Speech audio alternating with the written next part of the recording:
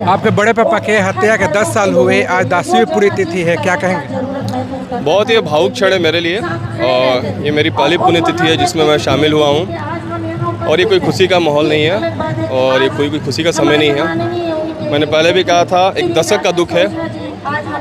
भले ही हम लोग चुनाव जीते हैं, जो ये चुनाव जीते हैं ये पूरी श्रद्धांजलि नहीं है उनके लिए।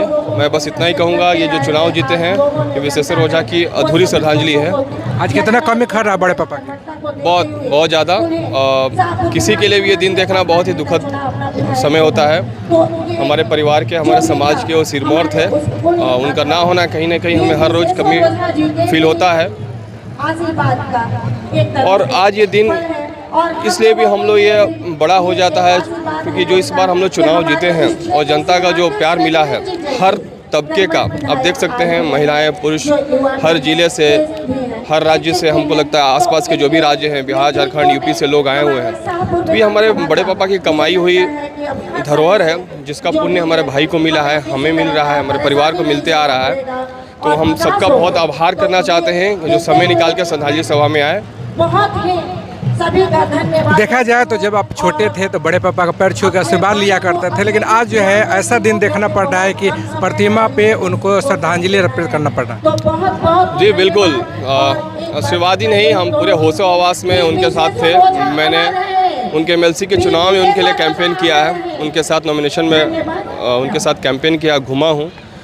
मुझे उनके साथ शायद मैं राकेश से ज़्यादा पॉलिटिकली मैं बोलूँगा, जो मैं यहाँ पर रहता था पटना में, तो उससे ज़्यादा मैंने समय अपने बड़े पापा के साथ बिताया है। तो उनका और मेरा लगाव बहुत ही अलग था और कभी भी मुझे किसी चीज़ की ज़रूरत होती थी तो मैं पापा से ज़्यादा बड़े पापा के पास जाता था, बोलता था किसी भी चीज़ की। तो एक बार बस बोलने की देरी होती थी कि मुझे मिल जाती थी।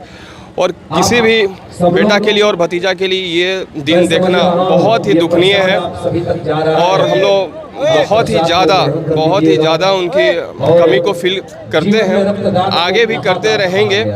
लेकिन हमें जो जनता ने आशीर्वाद दिया है, उनकी कमाई के रूप में हम लोग को जो आशीर्वाद मिला, इस बार हम लोग प्रयास करेंगे कि सेवा भाव करके और जनता को उनके मूल्यों पे, उनके संस्कारों पे खड़ा उतर के जनता का सेवा कर पाए, जिससे हम कम से कम उनकी स्मृतियों को जिंदा रख पाए कि जैसे वो पिछले तबके तक पहुंच के सेवा करते थे, उनके बीच में मौजूद रहते थे, दिन हो या रात हो, कभी भी 24/7 365 डेज। तो हमें ये मौका मिला है, जनता ने आशीर्वाद दिया है कि बड़े पापा की स्मृतियों को पद चिन्हों पर चलकर, संस्कारों को फॉलो करके हम लोग को जनता का सेवा करना है। मेन यही मोटिव है। बड़े पापा का सपना रहा था कि शाहपुर का जब मैं विधायक बनूं तो शाहपुर का सेवा करूं, लेकिन चूंकि उनको मौका नहीं मिल पाया। लेकिन आपके जो छोटे भाई है वो विधायक है, तो क्या उनके पथ चिन्हों पे चल पाएंगे? शाहपुर के जो विकास है, जो विकास की गति है, वो दे पाएंगे? बिल्कुल बिल्कुल। हम लोग अभी तो चुनाव बीते हुए 4 महीने हुए हैं। हम लोग प्रयास करेंगे कि जो 2005 से 2015 में हमने सेवा किया था, जो विकास की रेखा उस समय खींची थी हम लोगों ने, जो लकीर खींची थी, उसको इस बार पार करें। हमारा टारगेट वही है कि अब विकास उसी महीने में लोग देखेंगे ना कि 2005 से 15 में उससे ज़्यादा होगा, तब होगा कि हमने विकास किया है। तो हम लोग पूरा हम लोग का लक्ष्य है कि पूरा परिवार मिलके, समाज को, सबको साथ लेकर विकास किया जाए, जिससे कि बड़े पापा का नाम, बड़े पापा का असली संस्कार क्या था, लोग उनको क्यों इतना मानते हैं कि हर तबके के लोगों तक पहुंचते थे, सेवा भाव था, निस्वार्थ भाव से उपलब्ध रहते थे। तो हमें इस बार मौका दिया है, जनता ने आशीर्वाद दिया है, तो हम लोग प्रयास करेंगे कि इस बार हर कीमत पे जनता की सारी समस्याओं को दूर कर सकें और उन लोगों को जब भी ज़रूरत हो परिवार में कोई ना कोई एक सदस्य जरूर मौजूद रहे उनके साथ। बड़े पापा का जो सपना है आप लोग साकार कीजिएगा?